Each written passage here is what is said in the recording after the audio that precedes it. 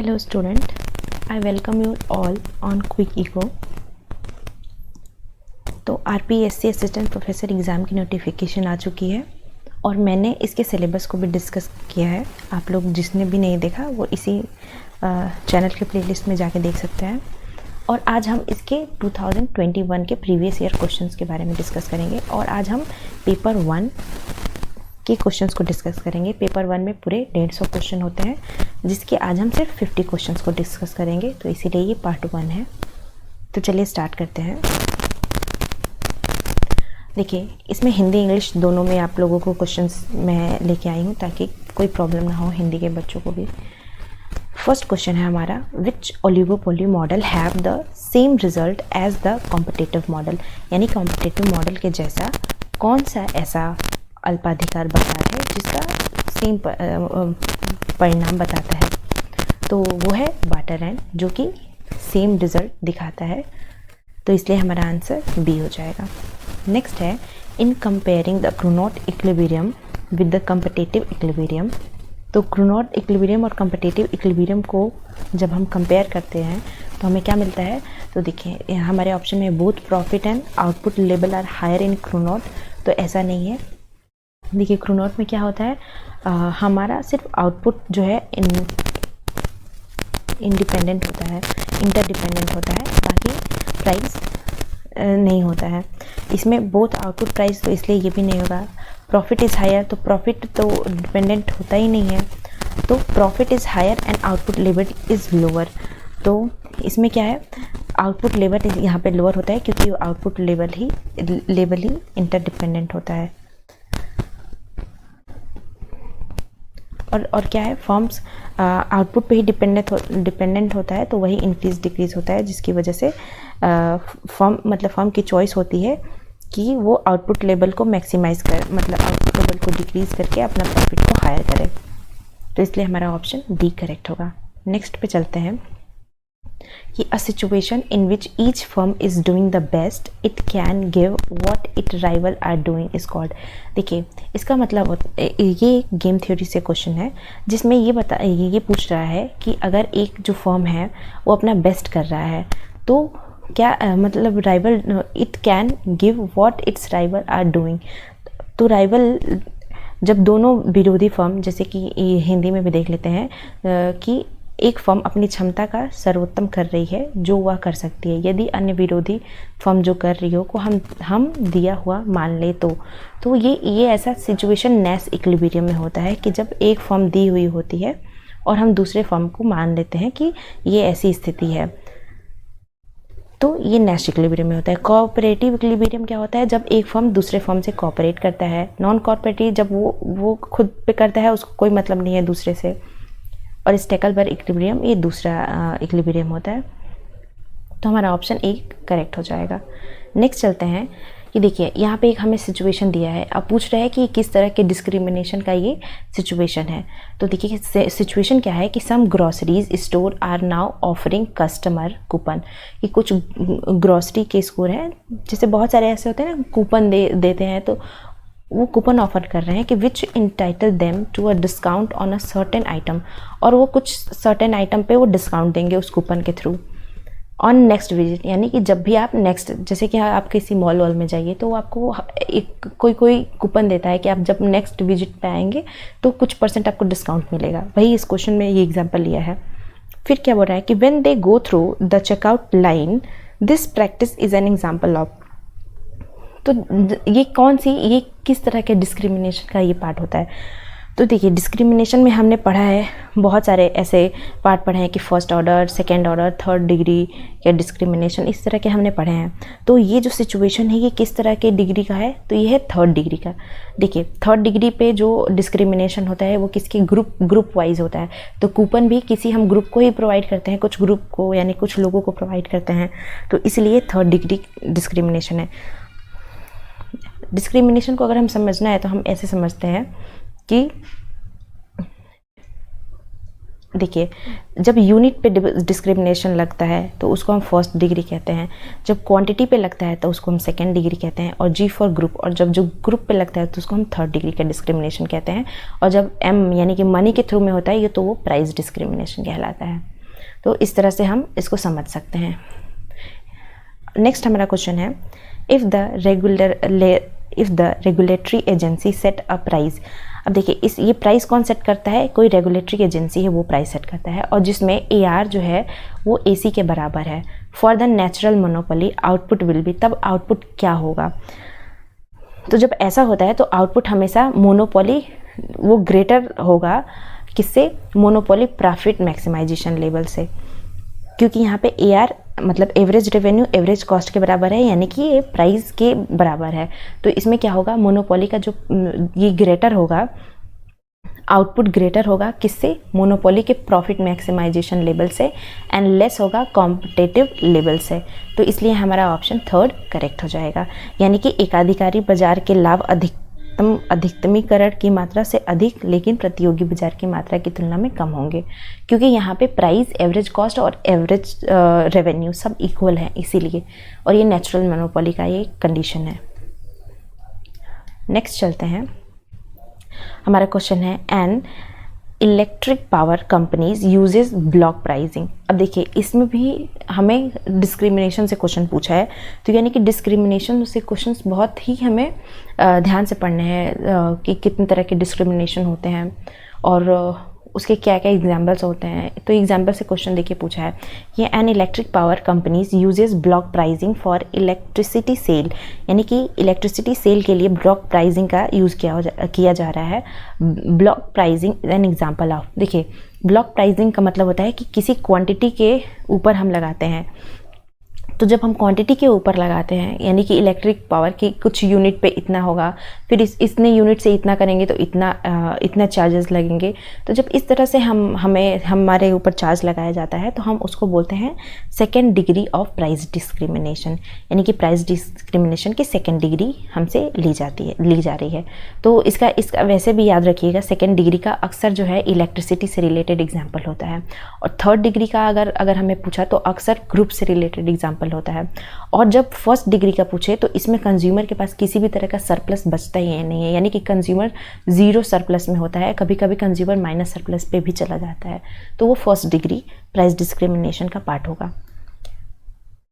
Next देख लेते हैं कि क्वेश्चन नंबर 7 है कि which of following strategy are used by business firm to capture consumer surplus, यानी कि पूरी तरह से कंज्यूमर के सरप्लस को कैप्चर करने के लिए किस तरह की स्ट्रैटेजी बिजनेस फर्म के द्वारा यूज़ की जाती है। तो देखिए, हिंदी में भी देख लेते, कीमत विभेद, बंडलिंग, द्विपक्षीय टैरिफ या ये सभी, और इंग्लिश में है price discrimination, bundling, two part tariff. तो देखिए, ये जितने भी है ना, प्राइस डिस्क्रिमिनेशन भी, कंज्यूमर के अगर सरप्लस को कैप्चर करना है तो ये सारे ये मेथड हैं कंज्यूमर सरप्लस को कैप्चर करने के लिए, जिसमें प्रोड्यूसर बहुत तरीके यूज़ करके और कंज्यूमर के पास कोई सरप्लस रहने नहीं देना चाहता है। तो इसीलिए ये सारे पार्ट हैं, तो हमारा ऑप्शन 4 करेक्ट होगा। अब देखिए, with the more elastic the demand curve facing a form. देखिए, ज़्यादा इलास्टिसिटी का मतलब क्या होगा? अगर डिमांड कर्व ज़्यादा इलास्टिक होगा, इसका मतलब क्या होगा कि अगर थोड़ा भी ऐसा चेंज होता है हमारे प्राइस में तो हमारी क्वांटिटी में बहुत ज़्यादा चेंज देखने को मिलता है। तो ये मोर इलास्टिक का कंडीशन है। तो जब हमारा डिमांड कर्व मोर इलास्टिक होगा तो ये क्या होगा? ये लर्नर इंडेक्स का फॉर्मूला होता है, लर्नर इंडेक्स के फॉर्मूले पे ये बेस्ड है। तो जब डिमांड कर्व मोर इलास्टिक होता है तो फर्म क्या फेस करता है? Lower the value of learner index. तो ये लर्नर इंडेक्स की लोअर वैल्यू को फॉर्म करता है, यानी कि P माइनस MC/MC, ये फॉर्मूला है लर्नर इंडेक्स का। तो अगर मान लीजिए कि प्राइस ये ज़्यादा इलास्टिक है तो क्या करेगा? तो ये lower value of learner index इसका निकलेगा। तो ये हमारा 8th क्वेश्चन था। अब हम चलते हैं अपने 9th क्वेश्चन पे। 9th क्वेश्चन है, monopoly power result from a ability to. तो मोनोपोली पावर किसका रिजल्ट है? तो ये रिज़ल्ट है हमारा। देखिए, मोनोपोली पावर में क्या होता है कि वो अपने खुद के प्रॉफिट को मैक्सिमाइज़ करना चाहते हैं। तो वो मैक्सिमाइज़ कब करेंगे? जब वो प्राइस को सेट करेंगे मार्जिनल कॉस्ट के भी ऊपर, तो यानी कि set the price at marginal cost, तो तभी वो अपने मोनोपोली पावर का रिजल्ट मतलब मोनोपोली पावर को यूज़ कर पाएंगे जब अपनी प्राइस को वो मार्जिनल कॉस्ट के भी ऊपर सेट कर देंगे। तो यानी कि वो अल्टीमेटली तो अपना प्रॉफिट मैक्सिमाइजेशन ही चाहते हैं, तो इसलिए हमारा ऑप्शन ये फोर्थ वाला करेक्ट हो जाएगा। यानी कि सीमांत लागत से अधिक कीमत का निर्धारण करती है जब कोई भी फर्म एक अधिकारी शक्ति का यूज़ करती है। तो नेक्स्ट क्वेश्चन है हमारा कि which of the following is true at the output level when price is equal to marginal cost. यानी कि जब प्राइस मार्जिनल कॉस्ट के इक्वल होगी, यानी कि प्राइस को हम AR भी लिख सकते हैं, रेवेन्यू, एवरेज रेवेन्यू, प्राइस और मार्जिनल कॉस्ट जब मतलब इक्वल होते हैं तो क्या होता है, तो जब कभी ये इक्वल होते हैं तो ये किसी भी तरह का एक्स्ट्रा प्रॉफिट नहीं बना पाते हैं, क्योंकि जब प्राइस कॉस्ट बराबर है तो एक्स्ट्रा प्रॉफिट तो यहाँ पे बन ही नहीं पाएगा, जितना कॉस्ट लगा रहा है उतनी ही वो प्राइस चार्ज कर रहा है। तो इसलिए हमारा ऑप्शन क्या होगा कि the monopolist is not maximising profit and should decrease output. तो ये क्या करता है कि इसको क्या प्रॉफिट को मैक्सिमाइज करने के बजाय उसको अपना आउटपुट डिक्रीज करना चाहिए। तो इस तरह से वो काम करता है जब प्राइस मार्जिनल कॉस्ट के इक्वल होता है मोनोपोलिस्ट के केस में। तो यानी कि हमारा ऑप्शन सी करेक्ट होगा और इसमें ये फोर्थ करेक्ट है। नेक्स्ट चलते हैं, हमारा नेक्स्ट क्वेश्चन देख लेते हैं। नेक्स्ट क्वेश्चन है a firm producer surplus equal economic profit. अब यानी कि प्रोड्यूसर सरप्लस इकोनॉमिक प्रॉफिट के इक्वल हो जाए तो फिर क्या होता है, ये कब इक्वल होता है, तो प्रोड्यूसर सरप्लस इकोनॉमिक प्रॉफिट के इक्वल तब होता है जब हमारा फिक्स्ड कॉस्ट ज़ीरो हो जाए। यानी कि अगर फिक्स्ड कॉस्ट ज़ीरो हो जाए तभी तो इकोनॉमिक प्रॉफिट हमारा सरप्लस के इक्वल होगा। प्रोड्यूसर सरप्लस का मेन काम ही क्या होता है, कॉस्ट को मतलब प्रोड्यूसर सरप्लस तभी हो पाएगा ना ये on the downward sloping portion है, जितना वो कॉस्ट कम कर पाएगा अपने प्रोडक्शन का, जो अभी आपने बताया ना कि जो एवरेज टोटल यानी कि एक यूनिट बनाने में पहले वो 10 रुपये लगाता था, तो वो ये एफिशिएंट हो जाएगा। नेगेटिव इकोनॉमिक प्रॉफिट ये है उसको 5 रुपये लगेंगे, यानी कि इसके लिए कटिंग हो गई, तो ये नेगेटिव स्लोप में ही जा रहा है। तो इसलिए जब फिक्स्ड कॉस्ट जीरो हो जाएगा तब प्रोड्यूसर सरप्लस। नेक्स्ट क्वेश्चन देख लेते हैं, अ कॉफ-डगलर प्रोडक्शन फंक्शन। कॉफ-डगलर प्रोडक्शन फंक्शन में क्या होता है, तो देखिए जब हम कॉफ-डगलर प्रोडक्शन फंक्शन पढ़ते हैं तो हम क्या पढ़ते हैं कि ये increasing returns to scale, decreasing returns to scale और कांस्टेंट रिटर्न्स टू स्केल, ये तीनों चीज़ हम इसमें पढ़ते हैं। यानी कि जब अल्फ़ा प्लस बीटा जब इक्वल 1 होता है तो हम कांस्टेंट रिटर्न्स टू स्केल कहते हैं, कांस्टेंट रिटर्न टू स्केल होता है। जब अल्फ़ा प्लस बीटा निगेटिव में होता है यानी कि लेस देन 1 होता है तो ये निगेटिव तो ये डिक्रीजिंग रिटर्न्स टू स्केल होता है, और जब alpha plus beta greater than 1 होता है तो ये इंक्रीजिंग रिटर्न टू स्केल होता है। तो यानी कॉफ-डगलर प्रोडक्शन फंक्शन में ये सारे एग्जिबिट करते हैं constant, increasing, decreasing returns to scale. अब आते हैं कि इकोनॉमिक ऑफ स्कोप क्या रिफर्स करता है। तो इकोनॉमिक ऑफ रिफर्स कोई किसी का भी चेंज इन टेक्नोलॉजी सिर्फ नहीं होता है, लॉन्ग रन भी नहीं होता है। देखिए ये मल्टी प्रोडक्ट फर्म यानी कि बहुत सारे मल्टी प्रोडक्ट फर्म को इकोनॉमी ऑफ स्केल स्कोप, देखिए स्कोप की बात कर रही है ना, तो कितनी स्कोप है किसी भी प्रोडक्शन की फर्म की, तो वो मल्टीपल प्रोडक्ट फर्म के स्कोप को बताता है। तो इसलिए हमारा ऑप्शन यहाँ पे सी हो जाएगा और यहाँ पे पैमाने के स्थिर प्रतिफल, वृद्धि और ह्रासमान प्रतिफल। नेक्स्ट हम देख लेते हैं क्वेश्चन कि the cost output elasticity equal 1.4, this implies that. देखिए जब भी इलास्टिसिटी की बात होती है तो यानी कि हम जब देखिए ये कॉस्ट आउटपुट इलास्टिसिटी की बात हो रही है तो हम इसको कैसे लिख सकते हैं, change in output upon change in cost, हम इसको इस तरह से लिख सकते हैं। तो अगर ये पॉजिटिव है 1.4 है तो इसका मतलब क्या है कि यहाँ पे ज़्यादा है, एक से ज़्यादा है, तो there is diseconomies of scale, कि यहाँ पे किसी ना किसी तरह की डिस इकोनॉमीज़ है स्केल में, इसीलिए ये हमारा सेकेंड आंसर करेक्ट हो जाएगा। अब ये देखिए कि which of the following not an expression of cost minimising combination of input. तो अगर हमें कभी एक्सप्रेशन देखने होते हैं, अगर हम marginal rate of technical substitution लेते हैं तो हम अक्सर लिखते हैं W/R और यही करेक्ट होता है। तो यानी कि हमारा ये थर्ड करेक्ट होगा। अगर हमें मार्जिनल प्रोडक्टिविटी ऑफ लेबर लिखना है और अपन मार्जिनल प्रोडक्टिविटी ऑफ कैपिटल लिखना है, तो इधर भी पहले हमने लेबर लिखा है, तो लेबर वेज से रिलेटेड है और रेंट से कैपिटल रिलेटेड है, तो यानी कि W/R। तो ये भी हमारा करेक्ट हो जाएगा, यानी कि ये एक्सप्रेशन सही है। और इसी तरह जब मार्जिनल प्रोडक्टिविटी ऑफ लेबर है तो ये वेज से होगा और कैपिटल है तो रेंट से होगा। लेकिन यहाँ पे marginal rate of technical substitution है, लेकिन यहाँ पे वेज और रेंट नहीं दिया है, यहाँ पे मार्जिनल प्रोडक्टिविटी ऑफ लेबर और कैपिटल दिया है, तो इससे कोई मतलब नहीं होता है। तो हमारा आंसर ये फर्स्ट वाला करेक्ट हो जाएगा, यानी कि ये करेक्ट एक्सप्रेशन नहीं है। तो फर्स्ट वाला आंसर यानी कि ये हमारा आंसर है। नेक्स्ट देख लेते हैं हमारा क्वेश्चन कि the difference between economic and accounting cost of a firm. किसी भी फर्म के इकोनॉमिक और अकाउंटिंग कॉस्ट के डिफरेंस को क्या कहते हैं?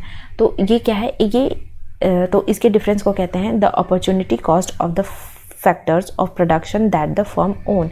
यानी कि ऐसा कॉस्ट, अपॉर्चुनिटी कॉस्ट तो आप सबको पता है कि अपॉर्चुनिटी क्या होता है, यानी कि एक को ज़्यादा बनाने के लिए जब हमें एक को फॉरगॉन करना पड़ता है तो उसी को हम अपॉर्चुनिटी का कॉस्ट कहते हैं। यानी कि एक को कोई दो चीज़ का प्रोडक्शन हो रहा है, अगर एक चीज़ के प्रोडक्शन को हमें कम करना है तो उसमें जो हम कॉस्ट लगा रहे थे, तो अब हम दूसरे को अगर अधिक करना है तो उसका कॉस्ट कटिंग करके हमें इसमें लगाना पड़ेगा। तो ये डिफरेंस क्या बताता है? इकोनॉमिक एंड अकाउंटिंग कॉस्ट के डिफरेंस, यानी कि opportunity cost of the factor of production that a firm owns, यानी कि जो फर्म अपने ही फर्म के स्वामित्व में उत्पादन के साधनों की लागतें। तो थर्ड हमारा आंसर करेक्ट होगा। नेक्स्ट देख लेते हैं। A firm marginal product of labour is 4। अगर किसी फर्म का मार्जिनल प्रोडक्ट ऑफ लेबर 4 है, मार्जिनल प्रोडक्ट ऑफ कैपिटल 5, यानी कि marginal product of labour 4 and marginal product of capital 5 है, तो ये 5 है। और फिर if the firm adds 1 unit of labour but does not want output change. देखिए, लेबर में तो एक यूनिट वो चाहता है ऐड करना, लेकिन वो जो आउटपुट हमें मिलेगा उसमें नहीं चाहता है कुछ ऐड करना, चेंज। तो द फर्म क्या करेगा? तो इसको सॉल्व करने के लिए हमें ये पता होना चाहिए कि अगर हम एज्यूम करते हैं कि इनिशियली जो है लेबर है 1 यूनिट लेबर का है और उसको अमाउंट नहीं पता है कैपिटल का कि क्या है, क्योंकि उसने सिर्फ लेबर में एडिशन किया है। तो यानी कि अगर हम इसको Q0 मान लें, पहले जो हमारा आउटपुट होगा, इनिशियल आउटपुट Q0 होगा, अगर हमें इस आउटपुट को मेंटेन करना है तो हमें एडिशनल यूनिट ऑफ लेबर जो हमें दिया हुआ है कि 1 है, यानी कि चेंज ऑफ लेबर 1 है, तो हम अपने K को भी एडजस्ट करने के लिए डेल्टा K हम उसी के अकॉर्डिंग चलेंगे।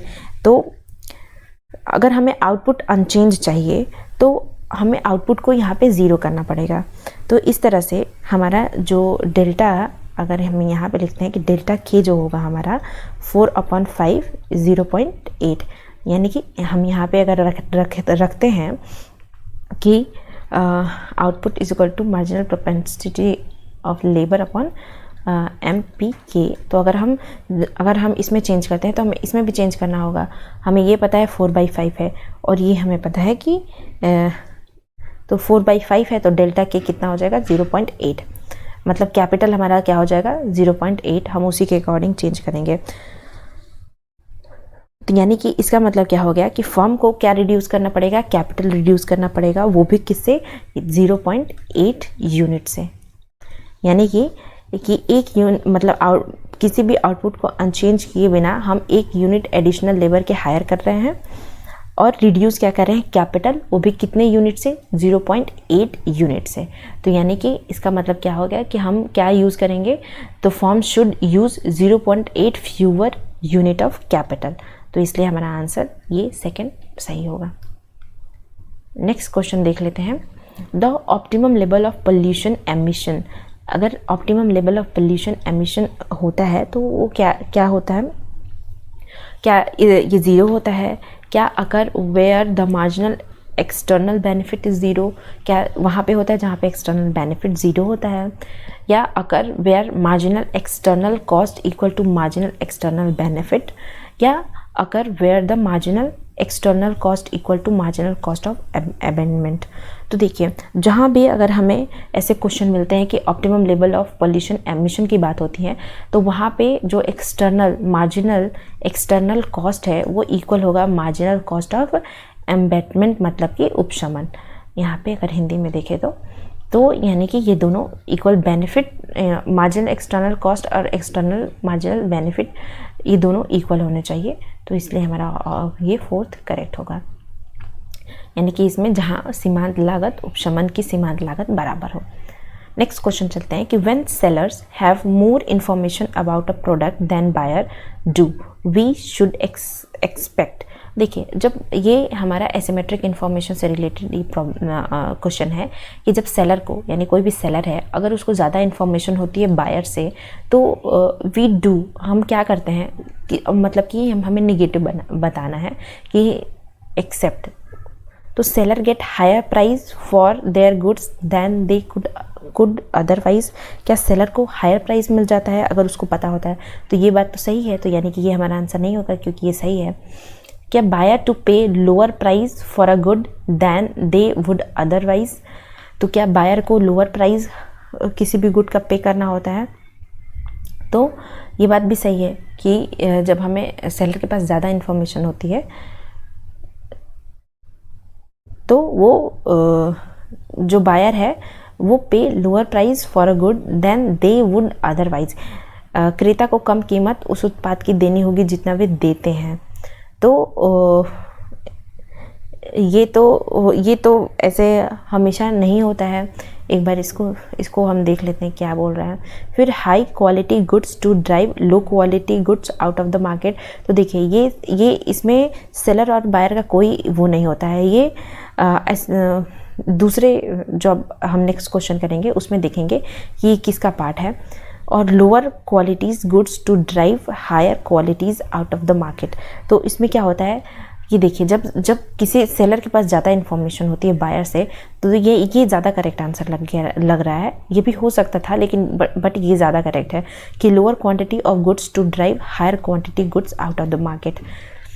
अब इसका एग्जांपल देखिए कि अगर नए नोट चलते हैं, इसको ग्रेसम्स लॉ भी कहते हैं हम, कि अगर कोई भी लोअर चीज़ें, मतलब जो लोअर क्वांटिटी की होती है, वो अगर हायर अच्छी चीज़ों को मार्केट से निकाल देती है। जैसे कि अगर हम एक नोट से अगर देख लें कि अगर जब नई नोट चलती है मार्केट में, तो सब लोग उस नोट को रखना चाहते हैं, कोई खर्चा नहीं करना चाहता है।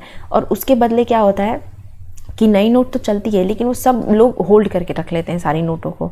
तो ऐसे इसका मतलब क्या होता है कि जो लोअर नोट है, मतलब जो पुरानी नोट है, वो एक तरह से नए नोट रहने के बाद भी वो मार्केट के चलन से उसको बाहर करने की क्षमता रखता है। तो इसलिए lower quality goods drive higher quality out of the market.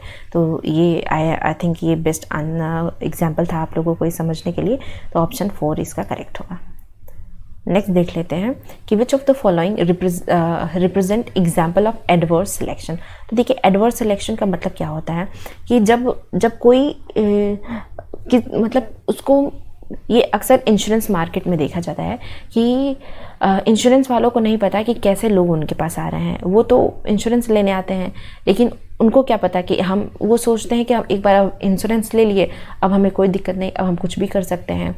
तो अगर एडवर्स सिलेक्शन का एग्जांपल कौन रिप्रेजेंट करता है, तो पहला देखते हैं कि unhealthy people are more likely to want health insurance. तो एडवर्स सिलेक्शन में तो ऐसा होता ही है, इंश्योरेंस कंपनी को पता नहीं होता है कि कौन कितना ज़्यादा बीमार है, तो अनहेल्दी पीपल ही चाहते हैं इंश्योरेंस लेना।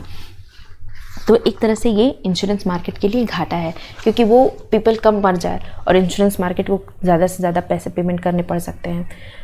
तो ये है careless driver purchasing extra auto insurance. अब देखिए, अब एक ड्राइवर है और वो एक्स्ट्रा ऑटो परचेज कर रहा है और वो एकदम केयरलेस है, तो इंश्योरेंस कंपनी को इसमें भी घाटा होगा। यानी कि ये भी लोग एक एडवर्स सिलेक्शन है, यानी कि वो अच्छा सिलेक्शन नहीं कर पाते हैं और ये भी लोग एडवर्स सिलेक्शन के पार्ट होते हैं। यानी कि हमने गाड़ी तो खरीद ली लेकिन हम रोज़ इंश्योरेंस वाले के पास ही पहुँचे रहते हैं कि आज गाड़ी के पास ये हो गया वो हो गया। तो ये भी एडवर्स सिलेक्शन का एग्जाम्पल है। Risk averse individual choose to buy extra insurance, यानी कि जो रिस्क अवर्जर हैं वो भी अगर एक्स्ट्रा इंश्योरेंस क्या बाई करना चाहते हैं, तो क्या ये इंश्योरेंस वालों के लिए ख़राब होगा? तो बिल्कुल ख़राब नहीं होगा, क्योंकि जो रिस्क नहीं लेता है, रिस्क अवर्ज है, वो ज़्यादा जोखिम नहीं लेना चाहता है अगर, तो उसके लिए तो इंश्योरेंस कंपनी तो और चाहेगी कि हाँ ऐसे ही लोगों को बेचें, क्योंकि वो ज़्यादा कभी इंश्योरेंस क्लेम कर ही नहीं पाएंगे। तो इसीलिए एडवर्स सिलेक्शन इसका पार्ट नहीं होगा, जबकि फर्स्ट और सेकेंड का पार्ट होगा। तो हमारा ऑप्शन 4 करेक्ट होगा। आई होप आप लोगों को समझ में आया हो। नेक्स्ट है question, the market period supply curve for perishable good. तो सप्लाई कर्व कैसा होता है पेरिशेबल गुड के लिए? तो ये परफेक्टली इनइलास्टिक हो जाता है। तो यानी कि हमारा ऑप्शन सेकंड ही मिल गया हमें करेक्ट। नेक्स्ट देखते हैं क्वेश्चन हम कि the angel curve for Giffen good. तो देखिए गिफन गुड के लिए तो एंजल कर्व नेगेटिव स्लोप ही होता है। ये इस तरह से हम समझ सकते हैं, जहाँ पे हमें सब्सटीट्यूशन इफेक्ट इनकम, यहाँ पे सब्सटीट्यूशन इफेक्ट ग्रेटर होता है इनकम इफेक्ट के, यहाँ पे इनकम इफेक्ट ग्रेटर होता है सब्सटीट्यूशन इफेक्ट के। तो इस तरह से हमारा गिफन गुड क्या है, नेगेटिवली स्लोप होता है। नेक्स्ट क्वेश्चन है हमारा कि the minimum point of short run average total cost curve reflects. तो अगर short run average total cost curve का ये मिनिमम पॉइंट क्या रिफ्लेक्ट करता है? तो ये रिफ्लेक्ट करता है कि ये एकदम ऑप्टिमम कॉम्बिनेशन फिक्स्ड और वेरिएबल कॉस्ट का ये बना पा रहा है, क्योंकि यहाँ पे कॉस्ट सबसे कम लग रहा है और थोड़ा सा, और बाकी तो ये ज़्यादा ही है। अगर हम कॉस्ट की यहाँ पे कॉस्ट लें, यहाँ पे आउटपुट लें, तो इनके कंपैरिजन में आउटपुट सबसे ज़्यादा है लेकिन कॉस्ट सबसे कम है। तो ये क्या कहलाता है कि the plant use optimal combination of fixed and variable factor, क्योंकि जो एवरेज टोटल कॉस्ट है ये दो का वो है, average variable cost at average fixed cost. तो इसीलिए हमारा 4th आंसर करेक्ट हो जाएगा ये। नेक्स्ट देखते हैं कि if 2 commodities are for perfect substitute. अगर 2 कमोडिटी परफेक्ट सब्सटीट्यूट है, द इंडिफरेंस कर्व क्या होगा? देखिए इंडिफरेंस कर्व हमारा ऐसे बनता है, यानी कि डाउनवर्ड स्लोपिंग होता है, और अगर ये परफेक्ट सब्सटीट्यूट होगा तो हमारा इंडिफरेंस कर्व ऐसे हो जाएगा। तो ये स्ट्रेट लाइन होता है, लेकिन ये कैसा स्लोप है? निगेटिवली स्लोप है। तो इसलिए हमारा ऑप्शन ये straight line with negative slope हमारा करेक्ट हो जाएगा। अब हम नेक्स्ट चलते हैं कि एसिमेट्रिक इन्फॉर्मेशन प्रॉब्लम अराइजेस। अब एसिमेट्रिक इन्फॉर्मेशन प्रॉब्लम कब अराइज होता है? तो जब हम वो पीछे वाला देख रहे थे एडवर्स सिलेक्शन, तो वो हिडन एक्शन होता है वहाँ पे। और एसिमेट्रिक इन्फॉर्मेशन प्रॉब्लम कब होती है? कि जब जो है हॉरिजॉन्टल एंड वर्टिकल इंटीग्रेशन एक साथ, मतलब फॉर्म को, मतलब in a horizontal integration firm do not vertically integrated, तो ऐसा नहीं होता है। In vertical integration firm do not horizontally integrated, तो ऐसा भी नहीं है। बोथ वर्टिकली इंटीग्रेटेड, तो ऐसा भी नहीं है कि एक टाइम में एक ही होगा। तो ओनली इन अ फॉर्म, यानी कि only in a form that do not have the advantage of either horizontal और वर्टिकल इंटीग्रेशन। तो हमारा आंसर यही सही होगा। तो देखिए अब मान लीजिए कि अगर हम देखें कि हॉरिजॉन्टल और वर्टिकल इंटीग्रेशन होता क्या है, तो हॉरिजॉन्टल इंटीग्रेशन होता है कि जहाँ पे कोई भी मतलब एक्सपेंशन स्ट्रैटेजी है जब इन्वॉल्व होती है, जिसमें एक कंपनी दूसरी कंपनी को इन्वॉल्व करता है सेम बिजनेस में। तो हॉरिजॉन्टल यानी कि इस तरह है, सेम बिजनेस के लिए एक कंपनी, यानी कि एक जैसा पोजीशन के लिए एक कंपनी दूसरे कंपनी को इन्वॉल्व करती है, तो उसको बोलते हैं हॉरिजॉन्टल इंटीग्रेशन। जबकि वर्टिकल इंटीग्रेशन में क्या होता है कि जब कंपनी क्या करती है, कंट्रोल ले लेती है, मतलब एक से ज़्यादा स्टेजेस ऑफ प्रोडक्शन और डिस्ट्रीब्यूशन पे किसी भी प्रोडक्ट के, यानी कि जब कंपनी क्या करती है पूरी तरह से स्टेजेस पे, जैसे वर्टिकल लाइन ऐसे होती है, तो वर्टिकल लाइन के हर एक स्टेजेस पे जब कंट्री पूरा टेक ओवर कर लेती है कंट्रोल को दूसरे कंपनी के, तो उसको हम वर्टिकल इंटीग्रेशन कहते हैं। तो एसिमेट्रिक प्रॉब्लम तभी अराइज होती है only in a form that do not have advantage, जब दोनों का एडवांटेज फॉर्म के पास नहीं होता, ना ही वर्टिकल और ना ही हॉरिजॉन्टल, तब जाके एसिमेट्रिक प्रॉब्लम अराइज होती है। आई होप आप लोगों को ये क्वेश्चन समझ में आया होगा। अब देखिए Giffen paradox refers to a goods. तो गिफन पैराडॉक्स होता क्या है? तो जिस तरह से देखिए डिमांड का जो अपोजिट है उसको हम गिफन पैराडॉक्स बोलते हैं। तो गिफन पैराडॉक्स में क्या होता है कि क्वांटिटी, अगर हम डिमांड की बात करें तो हम सिर्फ बाकी चीज़ों को हम कांस्टेंट लेते हैं और सिर्फ प्राइस और क्वांटिटी के बीच के रिलेशन को देखते हैं। तो उसी तरह गिफन पैराडॉक्स में quantity demanded worries direct with the price. अब देखिए नॉर्मल क्या होता है, हमने पढ़ा है कि demand is indirectly related to price, यानी कि जैसे जैसे प्राइस बढ़ेगा हमारा डिमांड घटेगा। लेकिन उसी का अपोजिट होता है, इसमें क्या होता है कि जो क्वांटिटी डिमांडेड है यानी कि क्यूडी वो डायरेक्टली होता है प्रोपोर्शनल प्राइस की, यानी कि जैसे जैसे प्राइस बढ़ेगी वैसे वैसे क्वांटिटी डिमांडेड भी बढ़ती जाएगी। तो प्राइस के बढ़ने से क्वांटिटी डिमांडेड बढ़ती है, उसी को हम गिफिन पैराडॉक्स कहते हैं। तो हमारा फर्स्ट ही आंसर करेक्ट हो जाएगा।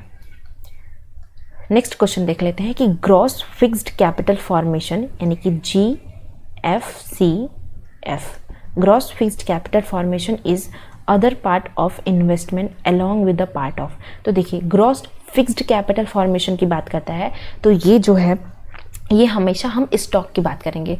स्टॉक में क्या है, फिक्स्ड चीज़ों की बात की जाती है कि चेंज इन स्टॉक, यानी कि जब चेंज इन स्टॉक की बात की जा रही है तो ये क्या है, ये gross fixed capital formation is the other part of investment along with the part of change in stock. अब देखिए स्टॉक और फ्लो का कंसेप्ट क्या होता है, तो स्टॉक किसी एट द पॉइंट पे बात करता है, और जबकि फ्लो कंसेप्ट मतलब एक पीरियड ऑफ द टाइम की बात करता है। तो यानी कि अगर हम 2-3 साल में हमारे जो भी स्टॉक्स हैं अगर हम उसकी बात करते हैं तो हम उसको स्टॉक वेरिएबल कहते हैं, और फ्लो वेरिएबल हर साल मतलब एक पीरियड ऑफ ड्यूरेशन टाइम के पे ही होता है। तो इस तरह से हम हमारा ये जो ऑप्शन होगा यहाँ पे फर्स्ट करेक्ट होगा, gross fixed capital formation is the other part of investment along.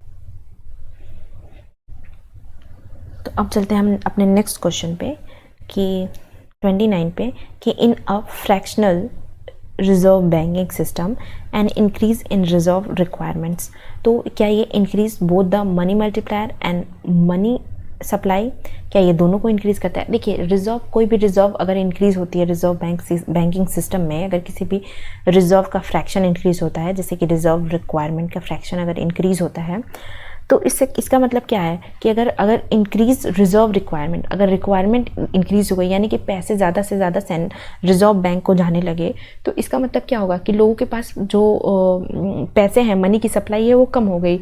जब मनी की सप्लाई कम होगी तो उससे जुड़े हुए हम काम भी नहीं कर सकते हैं, तो यानी कि डिक्रीज़ होगा, मनी मल्टीप्लायर और मनी सप्लाई दोनों डिक्रीज़ हो जाएंगी। तो हमारा ऑप्शन यहीं पे मिल गया बी, तो बी हमारा करेक्ट हो जाएगा। इंक्रीज़ होगा ही नहीं, डिक्रीज़ और सिर्फ मल्टीप्लायर और इंक्रीज़ की बात ही नहीं होगी, दोनों डिक्रीज़ होगा।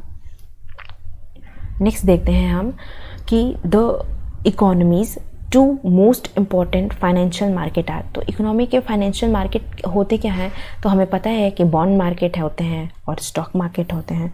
तो दो तरह के ये इकोनॉमिक्स के फाइनेंशियल मार्केट होते हैं। तो हम देख लेते हैं इन्वेस्टमेंट मार्केट, सेविंग मार्केट ये नहीं होता है। देखिए bond market and stock market, तो हमारा ऑप्शन ये बी करेक्ट हो गया, बॉन्ड एंड स्टॉक बाजार। अब हम market economies rely on which of the following to allocate scarce resources. तो स्कार्स रिसोर्सेज को एलोकेट करने के लिए मार्केट की अर्थव्यवस्था किस पर निर्भर करती है? तो क्या वो गवर्नमेंट पे निर्भर करती है, क्या वो कंज्यूमर पे, क्या रिलेटिव प्राइस पे, या रियल इंटरेस्ट रेट पे? तो देखिए कोई भी जो मार्केट का है एलोकेशन, स्कार्स एलोकेशन का वो उसकी रिलेटिव प्राइस पे डिपेंड करती है। देखिए अगर कोई भी चीज़ कम है उसको बांटना है तो हम प्राइस ही तो देखेंगे, प्राइस के ही बेसिस पे हम उसको बांटते हैं। तो इस पे यानी कि रिलेटिव प्राइस पे वो निर्भर करती है, तो सापेक्षिक कीमतें इसका करेक्ट आंसर हो जाएगा। नेक्स्ट क्वेश्चन देख लेते हैं कि which of following is not a determinant of a long run level of real GDP. तो रियल जीडीपी का डिटर्मिनेंट नहीं है, वो भी लॉन्ग रन का। तो देखिए प्राइस लेवल जो है ये नहीं होता है, यानी कि हमें पहले पे ही मिल गया। बाकी supply of labour long run के लिए ये रियल जीडीपी का पार्ट होता है, नेचुरल रिसोर्सेज भी होता है और अवेलेबल टेक्नोलॉजी भी होता है रियल जीडीपी में। और देखिए रियल जीडीपी अल्टीमेटली हमें प्रोडक्शन को ही बताता है, तो प्रोडक्शन करते टाइम हम लेबर की सप्लाई, नेचुरल रिसोर्सेज, टेक्नोलॉजी कैसे, इन सब का ध्यान देते हैं। उस टाइम हम प्राइस लेवल की बात नहीं करते हैं। तो हमारा ऑप्शन फर्स्ट करेक्ट हो जाएगा कि ये डिटर्मिनेंट नहीं है रियल जीडीपी का।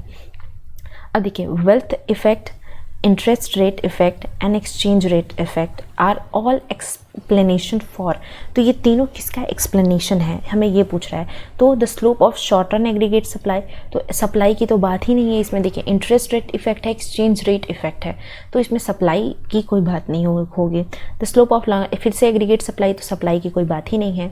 अब देखिए slope of aggregate demand curve, तो ये डिमांड कर्व है, स्लोप ऑफ वो भी aggregate demand curve. Everything that makes the aggregate demand curve shift, तो यहाँ पे शिफ्ट की बात नहीं करेंगे हम डिमांड कर्व की, जबकि ये स्लोप है एग्रीगेट डिमांड कर्व का। तो इसीलिए हमारा ऑप्शन सी करेक्ट हो जाएगा कि समग्र वक्र के ढाल का, ये तीनों स्पष्ट करते हैं कि समग्र वक्र का ढाल कैसा होगा। नेक्स्ट चलते हैं हम कि which of the following are just to bring aggregate supply and aggregate demand into balance, यानी कि इसमें से क्या चीज़ है जो एग्रीगेट सप्लाई और डिमांड को बैलेंस में करती है। The price level of real output, the real rate of interest and money supply, government expenditure and taxes and saving rate of the next export. तो अगर हम कभी भी देखें तो हम आउटपुट और प्राइस की ही तो बात करते हैं इकोनॉमी में। अगर हमें बैलेंस की बात करनी होती है कि प्राइस और क्वांटिटी की बात करते हैं, तो इसलिए हमारा price level and real output है जो एडजस्ट करता है डिमांड और सप्लाई के बैलेंस को। तो इसलिए हमारा पहला आंसर सही हो जाएगा कि कीमत स्तर एवं वास्तविक उत्पाद।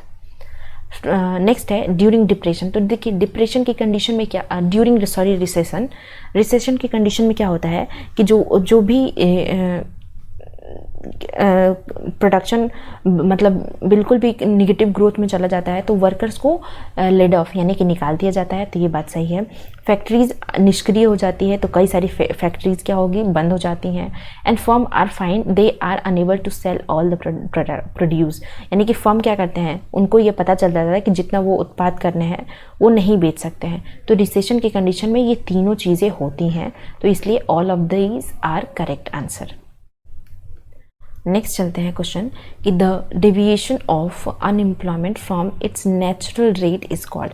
देखिए नेचुरल रेट पे जब डेविएशन होता है तो अगर अनएम्प्लॉयमेंट के टाइप्स अगर जिसको नहीं आता है तो वो कमेंट सेक्शन में बताएगा। मैं अनएम्प्लॉयमेंट के टाइप्स पे भी अलग से वीडियो बनाऊंगी क्योंकि डिटेल में आपको वीडियो मिल जाएंगी। लेकिन अभी नेचुरल रेट ऑफ से अगर डेविएशन होता है तो हम उसको बोलते हैं साइक्लिकल अनएम्प्लॉयमेंट, क्योंकि साइक्लिकल अनएम्प्लॉयमेंट ये हर तरह के उसमें देखा जाता है। अनएम्प्लॉयमेंट फॉर्म है ये नेचुरल अनएम्प्लॉयमेंट का से जब वो डेविएट करती है। अब देखिए कि हमें लेबर फोर्स का देखा अगर फॉर्मूला तो नंबर ऑफ एम्प्लॉयड, अगर हमें लेबर फोर्स देखना है तो नंबर ऑफ एम्प्लॉयड नहीं होगा। लेबर फोर्स का population minus number of unemployed ये भी नहीं होगा। अनएम्प्लॉयमेंट रेट, तो देखिए अनएम्प्लॉयमेंट रेट का फॉर्मूला जो यहाँ पे है number of unemployed upon number of employed plus unemployed, तो ये सही है कि ये चेंज हम देखते हैं कि अनएम्प्लॉयड लोगों का प्रतिशत हम देखना चाहते हैं अनएम्प्लॉयड प्लस एम्प्लॉयड लोगों के कंपैरिजन में और इनटू 100। तो यानी कि हमारा अनएम्प्लॉयमेंट रेट का फॉर्मूला नंबर ऑफ अनएम्प्लॉयड। अब देखिए यहाँ पे क्या नंबर ऑफ अनएम्प्लॉयड ऊपर वाला तो हमारा सही है न्यूमरेटर, लेकिन अडल्ट पॉपुलेशन नहीं, हम यहाँ पे एम्प्लॉयड और अनएम्प्लॉयड की बात करते हैं, तो हमारा इसलिए ऑप्शन सी करेक्ट हो जाएगा। नेक्स्ट क्वेश्चन देखते हैं कि when price level is fixed in Keynesian model, जब प्राइस लेवल फिक्स होता है किन्जियन मॉडल में तो देखिए मुद्रा की पूर्ति में वृद्धि होने पर आय का स्तर बढ़ता है तथा ब्याज दर कम होती है। तो यही कंडीशन होती है कि इंक्रीज मनी सप्लाई जैसे इंक्रीज करती है तो लेवल ऑफ इनकम मतलब लेवल ऑफ इनकम बढ़ता है लेकिन रेट ऑफ इंटरेस्ट घट जाता है। इसको हम इससे भी देख सकते हैं कि जब ये प्राइस लेवल फिक्स्ड होगा तो अगर मनी सप्लाई इंक्रीज करती है तो यहाँ पे इनकम लेवल ऐसे बढ़ जाता है, मान लीजिए यहाँ पे है और सप्लाई को इंक्रीज कर देते हैं तो यहाँ पे ये बढ़ जाता है, सप्लाई वाला साइड ये बढ़ जाएगा और जो रेट ऑफ इंटरेस्ट है वो कम हो जाता है, रिड्यूस हो जाता है। तो हमारा ऑप्शन, हमारा पहला आंसर ही सही हो जाएगा। नेक्स्ट क्वेश्चन देखते हैं कि the L M curve has been contributed to macroeconomics. ये किसने बोला है कि एलम कर्व मैक्रो इकोनॉमिक्स में कंट्रीब्यूट करता है, तो ये हिग्स ने कहा है, तो हमारा आंसर फोर्थ करेक्ट है। नेक्स्ट चलते हैं कि अब देखिए ये एक न्यूमेरिकल है कि इफ़ नॉमिनल जीडीपी इज़ $100, यानी कि नॉमिनल जीडीपी हमारा है 100 ट्रिलियन फिर रियल जीडीपी है हमारा 12 ट्रिलियन और हमें जीडीपी डिफ्लेटर निकालना है। तो डिफ्लेटर अगर हमें निकालना है तो अगर जीडीपी डिफ्लेटर का अगर आप लोग को फॉर्मूला पता होगा, अगर नहीं भी पता है तो मैं बता देती हूँ। जीडीपी डिफ्लेटर का फॉर्मूला होता है nominal GDP upon real GDP into 100।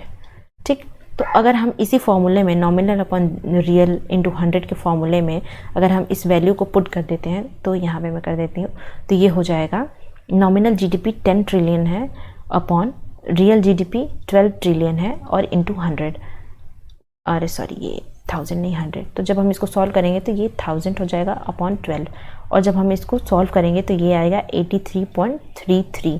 तो 83.33 ये इंडिकेट करता है कि प्राइस लेवल क्या होगा, डिक्रीज़ करता है, इतने से डिक्रीज़ कर रहा है, क्योंकि हम डिफ्लेटर निकाल रहे हैं तो प्राइस लेवल इतने से डिक्रीज़ कर रहा है।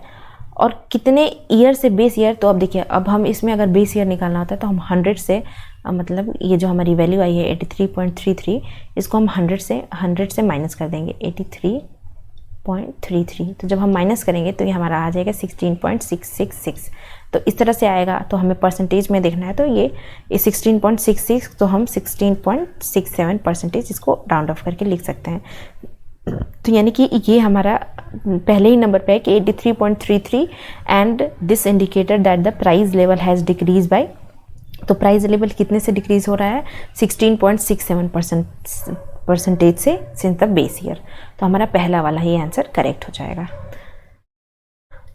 नेक्स्ट क्वेश्चन पे चलते हैं कि with the help of marginal efficiency of capital theory we determine, कि अगर हम marginal efficiency of capital theory से हम क्या डिटरमाइन करते हैं, तो हम एक्चुअल स्टॉक ऑफ इन्वेस्टमेंट, तो इन्वेस्टमेंट नहीं डिटरमाइन करते हैं। अगर marginal efficiency of capital theory है तो हम इन्वेस्टमेंट क्यों डिटरमाइन करेंगे। एक्चुअल स्टॉक ऑफ सेविंग का भी कोई काम नहीं है। Actual optimum stock of investment, तो इसका इन तीनों का कोई काम नहीं है। ऑप्टिमम स्टॉक ऑफ कैपिटल, क्योंकि ये थ्योरी है मार्जिनल इफिशिएंसी ऑफ कैपिटल की, तो हम इसमें ऑप्टिमम स्टॉक ऑफ कैपिटल देखेंगे। तो यानी कि हमारा फोर्थ आंसर करेक्ट होगा। नेक्स्ट चलते हैं 42 क्वेश्चन पे कि the transaction demand for money depends only on the income but also on rate of interest. देखिए जब हम क्वांटिटी थ्योरी ऑफ मनी पढ़ते हैं फ्रीडमैन की, तो उन्होंने बहुत सारा डिटर्मिनेशन दिया है कि जो डिमांड फॉर मनी है वो फंक्शन है वेल्थ का, इंटरेस्ट रेट का, प्राइस का, रिलेटिव प्राइस का, bond on equity, bond on मतलब ऐसे इस तरह से इन्होंने बहुत सारे ऐसे फंक्शन दिए हैं। तो यानी कि मिल्टन फ्रीडमैन ने ही बताया है कि मनी डिमांड फॉर मनी सिर्फ इनकम पे डिपेंड नहीं करती है, इसके बहुत सारे और भी वेरिएबल होते हैं। तो इसलिए हमारा आंसर सेकंड सही हो जाएगा। नेक्स्ट क्वेश्चन है कि in short run a linear consumption function shows that, कि शॉर्ट रन में लीनियर कंजम्पशन फंक्शन क्या शो करता है। तो शॉर्ट रन में क्या होता है कि जो MPC है ये तो कांस्टेंट रहता है, लेकिन जो APC है ये डिक्लाइन करता है जैसे ही जैसे इनकम राइज करती है। तो यानी कि ये डिक्लाइन करता है ये APC जो है ये डिक्लाइन करता है जैसे जैसे इनकम हमारी राइज करती है। तो कंजम्पशन फंक्शन शॉर्ट टर्म में लीनियर, ये जब हम कीन्स का पढ़ते हैं तब हम देखते हैं कि जो MPC है ये कांस्टेंट होता है शॉर्ट रन में, और APC क्या करती है, जैसे जैसे इनकम राइज करती है वो डिक्लाइन करती जाती है। तो हमारा जो ऑप्शन सेकंड है ये करेक्ट हो जाएगा। नेक्स्ट क्वेश्चन देख लेते हैं कि Shri V.K.R.V. Rao was the person to make an estimation of the national income for the year। तो नेशनल इनकम का एस्टिमेशन किस ईयर में श्री V.K.R.V. राव ने का अनुमान, किस ईयर में नेशनल इनकम का वर्ष के लिए अनुमान लगाया था। तो वो ईयर था 1931 to 32। तो इस ईयर में इन्होंने एस्टिमेट जो राष्ट्रीय आय का अनुमान लगाया था वो इसी वर्ष के लिए लगाया था। नेक्स्ट क्वेश्चन है the chief objective of the पर capita income calculated is that. तो पर कैपिटा इनकम कैलकुलेट करने का चीफ ऑब्जेक्टिव क्या है। तो ये क्या करता है, क्या ये it help calculate total national income, क्या per capita income total national income को करता है। तो बिल्कुल नहीं, ये इनकम पर कैपिटा इनकम नेशनल इनकम को नहीं करता है। क्या per capita income calculating individual process made by citizen, क्या ये सिटीजन के द्वारा जो व्यक्तिगत उनकी प्रोग्रेस है उसको करता है। तो ये बिल्कुल भी नहीं। ये देखिए कोई भी पर कैपिटा इनकम ये सब इकोनॉमिक के प्रोग्रेस को करते हैं, तो पर्सनल नहीं होगा इसमें, कुछ सिटीजन्स नहीं होंगे। It help to help us to measure economic progress. देखिए अभी मैंने बात किया ना, economic progress in terms of goods and services available per head, यानी कि वो इकोनॉमिक प्रोग्रेस जिसमें हर लोगों मतलब वस्तु और सेवाओं की उपलब्धता हर एक व्यक्ति के प्रति देखी जाती है, उसी को हम पर कैपिटा इनकम कैलकुलेशन बोलते हैं। तो हमें यानी कि हमारा जो ये थर्ड वाला ऑप्शन है ये करेक्ट है, तो हमारा थर्ड आंसर करेक्ट हो जाएगा। नेक्स्ट चलते हैं कि the national income committee setup by the government in August 1949 for calculating the national income adopt. तो देखिए जो गवर्नमेंट ने 1949 में जो नेशनल इनकम की कमेटी सेटअप की थी, तो इन्होंने कौन कौन से नेशनल इनकम के मेजर्स मतलब कैलकुलेशन को अडॉप्ट किया था। तो इन्होंने कुछ ही कैलकुलेशन को अडॉप्ट किया था, जैसे कि प्रोडक्ट मेथड, इनकम मेथड, लेकिन इन्होंने एक्सपेंडिचर मेथड को इंक्लूड नहीं किया था। तो हम देख लेते हैं the product method of the calculating national income, तो ये गलत है, सिर्फ प्रोडक्ट को नहीं किया था। एक्सपेंडिचर मेथड को तो किया ही नहीं था। Income and expenditure method only, तो एक्सपेंडिचर मेथड को तो किया ही नहीं था, प्रोडक्ट मेथड और इनकम मेथड को किया था। तो देखिए the product method and income method only and discarding the expenditure method, तो ये बात बिल्कुल सही है कि उन्होंने प्रोडक्ट और मेथड और इनकम मेथड को ही बस किया था। नेक्स्ट क्वेश्चन देख लेते हैं। Inflationary gap refers to excess demand over excess supply. देखिए inflationary gap excess demand excess supply को किस चीज़ पे देखती है, तो ऑफ कोर्स वो फुल एम्प्लॉयमेंट पे ही देखेगी और किसी चीज़ पे तो देखेगी नहीं, आफ्टर और बिफोर तो देखेगी नहीं, इसीलिए ये दोनों गलत हो जाएगा। तो ये किस पे देखती है, एट फुल एम्प्लॉयमेंट लेवल पे inflationary gap excess aggregate demand और सप्लाई को हम चेक करते हैं। नेक्स्ट क्वेश्चन है कि change in the portfolio asset of the people take place due to. अगर पोर्टफोलियो एसेट किसी भी लोगों का चेंज होता है तो किस पे होता है, क्या करंट रेट ऑफ इंटरेस्ट पे होता है, future rate of interest, current rate of interest in relation to the future rate of interest, current price of the bond. तो देखिए किसी भी पोर्टफोलियो संपत्ति का अगर बदलाव होने का जो कारण है वो current interest rate in relation to future interest rate, यानी कि करंट तो हम देखते ही हैं लेकिन उसका रिलेशन फ्यूचर के साथ भी देखते हैं कि क्या होगा। तो इसलिए हमारा ऑप्शन जो थर्ड है ये करेक्ट हो जाएगा कि हम चेंज इसी तरह तो देखेंगे कि अभी का फ्यूचर में क्या होगा, तो इसलिए हमारा ऑप्शन थर्ड करेक्ट हो जाएगा।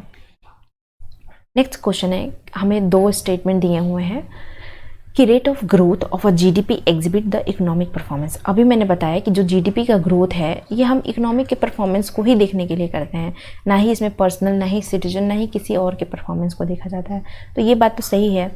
फिर देखते हैं कि per capita domestic income shows standard of living of the people in the country. तो देखिए पर कैपिटा जो डोमेस्टिक इनकम है वो लिविंग स्टैंडर्ड को नहीं शो करता है, वो ये बताता है कि कितने मतलब पर कैपिटा लोगों की इनकम कितनी हो गई डोमेस्टिक लेवल पे, ये हमें एग्रीगेट दिखाता है, ना कि ये दिखाता है। अब हमें मान लीजिए कि किसी हमने एग्रीगेट किया और हमें ये पता चला कि per capita national income 1 lakh है मान लीजिए, तो इसका मतलब ये थोड़ी कि हर व्यक्ति के पास 1 लाख रुपए है, तो ये किसी भी तरह के लिविंग स्टैंडर्ड को नहीं दिखाता। तो हमारा सेकेंड क्वेश्चन मतलब ये स्टेटमेंट गलत है, तो यानी कि first only 1 is correct. Next चलते हैं 50 क्वेश्चन पे, ये हमारा लास्ट क्वेश्चन है आज का। असर्शन है Friedman treats money as a luxury good. क्या फ्रीडमैन ने मनी को लग्जरी गुड की तरह ट्रीट किया है, तो ये बात सही है।